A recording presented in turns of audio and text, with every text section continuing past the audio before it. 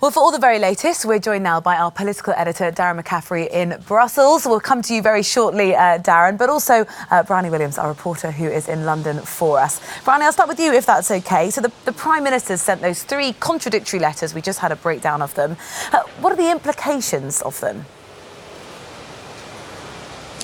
Well, the implications are far and varied. Of course, Boris Johnson sending that second contradictory letter is coming from his do or die mentality that we heard earlier on in this autumn term here in London. He really wants Brexit to pass on October 31st. So he's appealing to all his supporters and appealing to those who want Brexit to happen, those hardline Brexiteers. But are those opponents who see this as Boris Johnson looking to frustrate the Brexit process? And of course, as we heard, some are saying that this is contempt of court and we might see Boris Johnson end up in court again.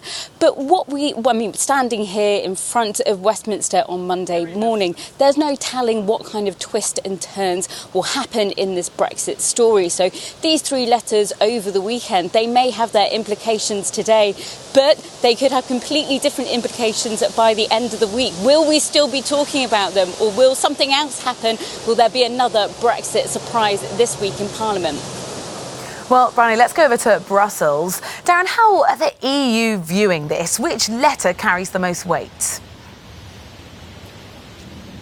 They're slightly viewing this with despair, Rosie. They're very much the head are in their hands, I should say. In regards to these letters, there's slightly semantics in regards to which one holds more weight. Clearly, Donald Tusk tweeted on Saturday that as far as he's concerned, he has now received an official request for an extension from the British government. Whether Boris Johnson bothered to sign it or not doesn't really matter. That is not to say, of course, the European Union are going to make a decision on this very quickly indeed. They are going to wait and see how things play out in Westminster, not least of all because they're as keen, to quote Boris Johnson, to get Brexit done as he is, and they do really want the UK to leave the European Union on October 31st with this deal. However, given the fact that that now looks incredibly unlikely, given what happens on Saturday, and that we may not see a meaningful vote today, indeed at all, I think the suggestion is they're going to wait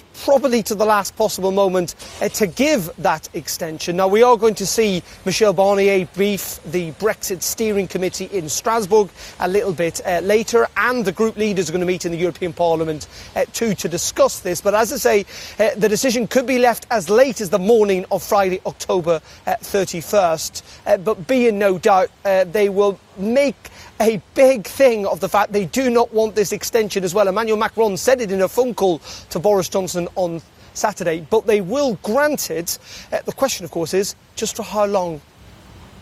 Well, Bryony, can you talk us through the kind of timeline expected now in terms of Westminster? Because the Prime Minister is facing challenges on many fronts.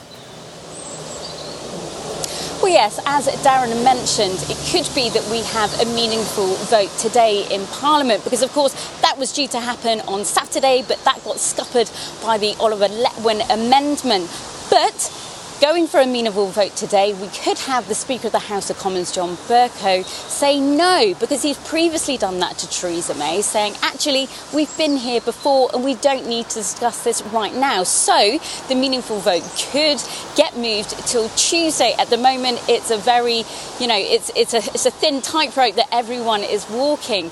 And Boris Johnson has his allies in Parliament. We've had the Foreign Secretary, Dominic Raab, over the weekend saying they have the numbers to push this meaningful vote through, even if it is by a slim majority. Now, we've had Amber Rudd, who's a previous cabinet member, who's now an independent, say over the weekend too, that even though she thinks this deal that Boris Johnson has struck with the EU is a worse deal than Theresa May's deal, she will still vote for it. So there are people who will support Boris Johnson's deal, it seems, just to get along with Brexit to keep the wheels moving. But of course, we have major opposition to this. We've had Labour come out and say they will not vote for this deal. We have the SNP, we have had the DUP say they won't vote for this deal. We've also had Labour come out and say, OK, well, if we do vote for it, we are going to amend it further down the line, which could include having a public vote on whether this deal is approved or not. So there are many things that politicians will be grappling with here in the next